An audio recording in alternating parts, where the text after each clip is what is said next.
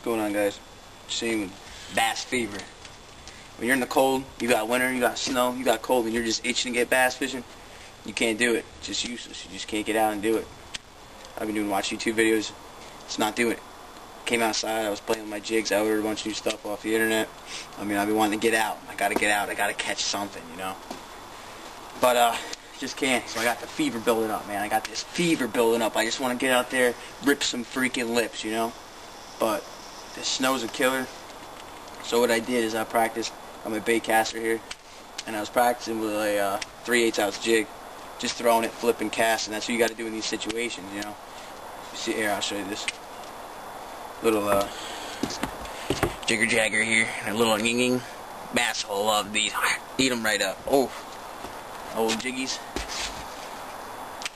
And you know what you do in the snow is you pinpoint. Luckily in my yard I got a couple trees. I got this light here. I got this structure. It kind of looks like a bank. And I can practice my flip, and I try to, you know, I'll practice my flipping up to it. I'll throw it out there, see how close I can get to it. You know, what it does too is it allows you to not hook up anything. You know, you can mess with your baits, mess with your cash. You're not worried about hooking up. You're not worried about, you know, screwing up your baits. You're not worried about catching a line. And it really helps you practice your baits and your flippings, and like I said. But what sucks is this 3/8. It just digs right into the snow, so you can't really, I'd say, work it as well. It's more for casting purposes. But over here I got a 1/4 ounce jig on a spinning rod here. It's a little spinning rod's a little light for it, but 1/4 ounce in this little jig here, Bass Pro Shops jig.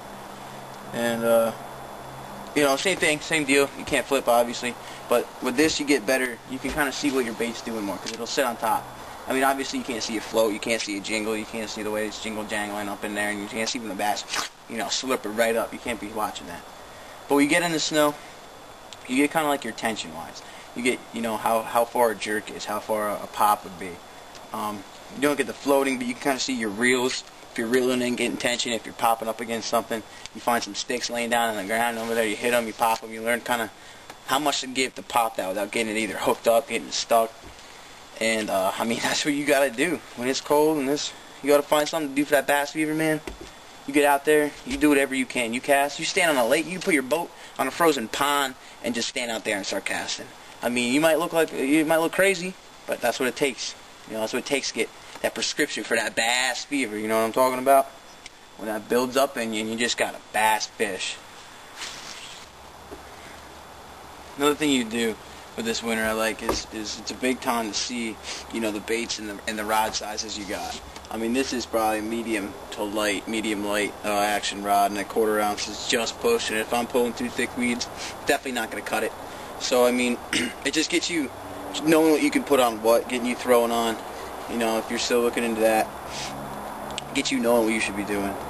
And in this cold weather, man, you got to be ready for spring. You want to be ready. As soon as those bass start biting, you want to get that fever going. You want to get in there, pop little jings, pop little jangs, you know, get them sweeping bites, bop, get the big old bass on the hooks, ripping lips, start getting everybody happy, you know.